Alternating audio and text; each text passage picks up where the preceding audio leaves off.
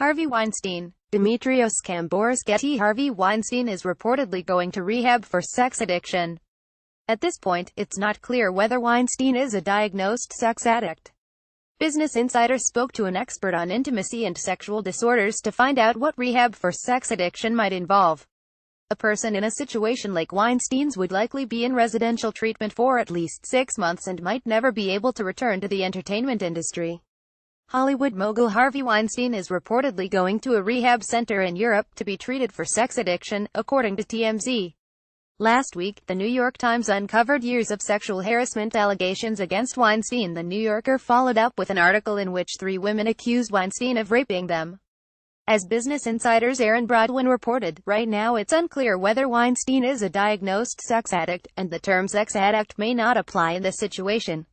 Robert Weiss, a clinical expert in intimacy and sexual disorders and the author of multiple books on the topic, told Business Insider he considers Weinstein's behavior a form of sexual offending because it allegedly happened without consent.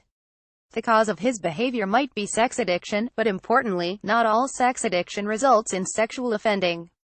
Weiss founded the Sexual Recovery Institute and is the senior vice president of clinical development at Elements Behavioral Health, a treatment center for sexual addiction and sexual compulsivity. He said the center would take someone like Weinstein for treatment. Weiss emphasized that he's never met or evaluated Weinstein. Legally, he wouldn't be able to say if he had, but surmised that there would be a few distinct components to treatment and for someone in Weinstein's situation. First, Weiss said, the therapist would focus on stabilizing the patient, who's coming in during a moment of crisis. Weiss said that while everyone else is looking at Weinstein with disgust, Weiss is looking at someone on TV who just got hit by a truck. Since the New York Times report was published, Weinstein has lost his wife, the company he founded, and his global reputation. I worry about people like that killing themselves, Weiss said.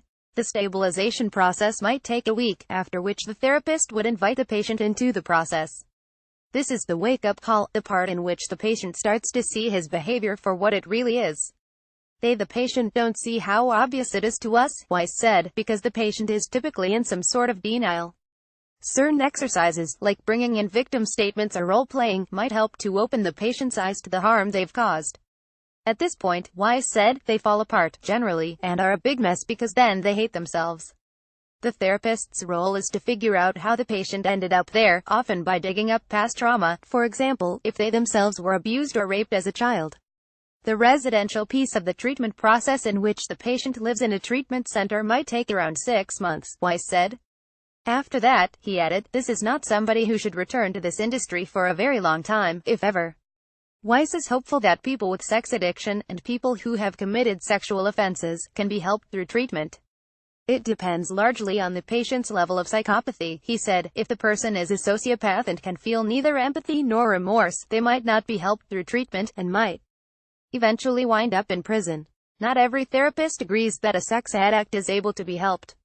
Joseph Burgo, a clinical psychologist and licensed marriage and family therapist, wrote in an email to Business Insider, in my experience, most rehab facilities, including those for drugs and other types of addictions, have a low success rate and there's a high incidence of relapse.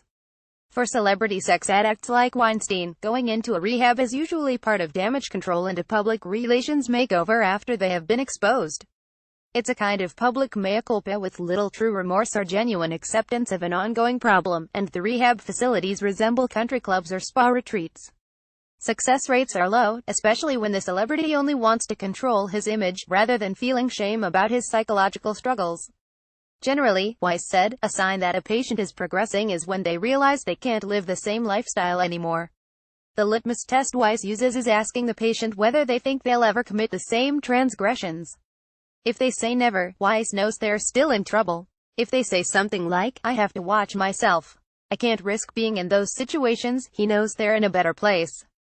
Part of treatment, Weiss said, is realizing they have lifelong intimacy, relationship, or sexual problems.